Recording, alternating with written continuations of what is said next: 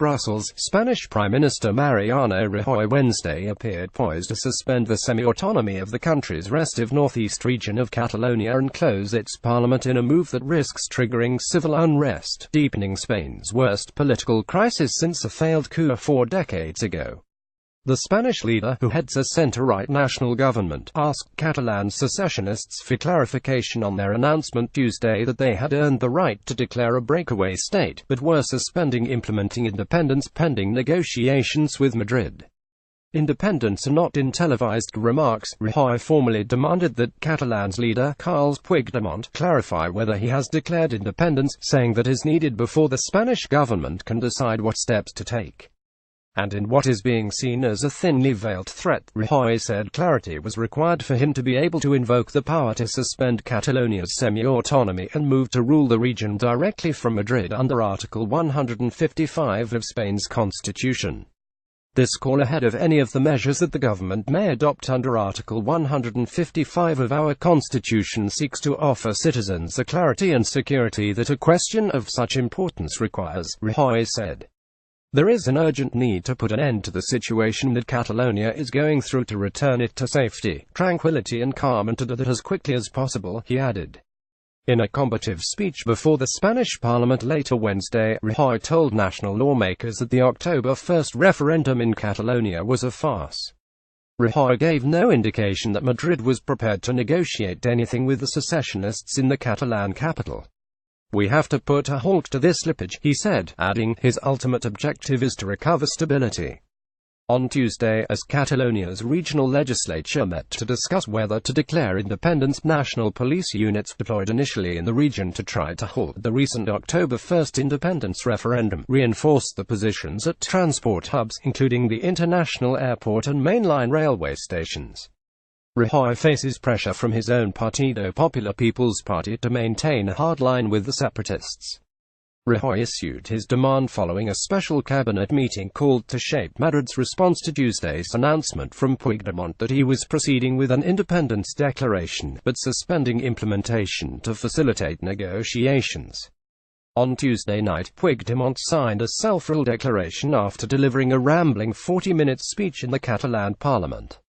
Rajoy accused the Catalan leader of engaging in an exercise of deliberate confusion, one that was intended, Madrid believes, to reduce the possibility of Rajoy invoking Article 155. That article allows the central government to take control of an autonomous region if it fails to fulfill the obligations imposed upon it by the constitution or other laws, or acts in a way that is seriously prejudicial to the general interest of Spain. It has never been invoked before and is seen as a nuclear option, or extreme response. The Spanish Senate has started preparations to trigger Article 155, but the legal process will not begin until the Catalan leadership has responded, say Spanish officials.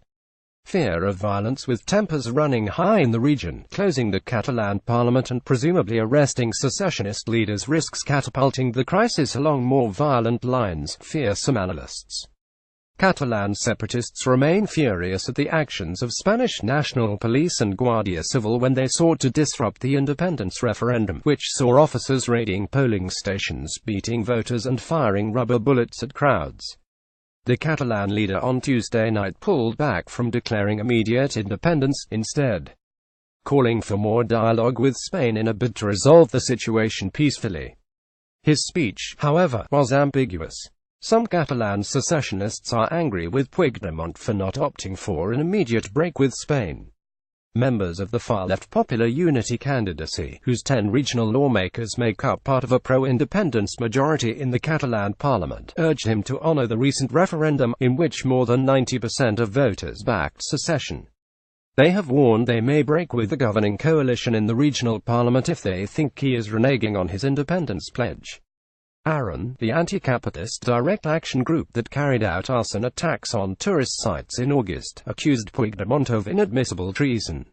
On Tuesday night, many among the pro-independence crowd waiting outside the Catalan parliament also expressed dismay that Puigdemont had not declared immediate self-rule, and some booed the 54-year-old former journalist when he left the building. The Catalan leader, who commands only a slim majority in the Catalan parliament, had come under intense pressure from moderates in his ranks to try to avoid giving Madrid reasons to announce direct rule. They appear to be putting their hopes on international mediation and have pressed European leaders to intervene, something Paris, Berlin and Brussels have said they will not do.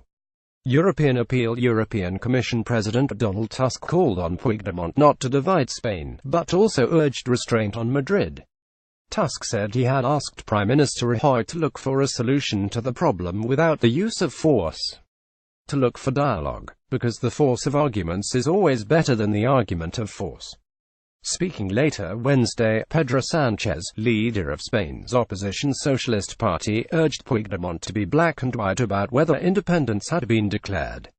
If it has, he said, his party would back any action the national government decides on to maintain Spain's unity.